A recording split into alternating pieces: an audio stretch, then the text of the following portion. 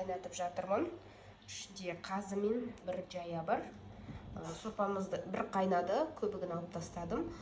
Золотистый түсі болу үшін осындай пияз және сәбізді ашып, тазалап саламын. Осымен бірге қайнаса, сорпаның түсі мөлдір, аз ақырын ғана отта осылай бұрқырап қайнайды және мынандай көкөністермен бірге золотистый болып, әдемі болып қайнайды. Сол себептен міндетті түрде қақпағын жартылай жауып, аздап бұрқырап қайнағанын қадағалауымыз керек болады. Сорпа қаншалықты мөлдір болса, соншалықты сорпаның качествосы, яғни сапасы да жоғары дегенді білдіреді. Қазір мына жиналған көбікті тағы да алып тастаймыз.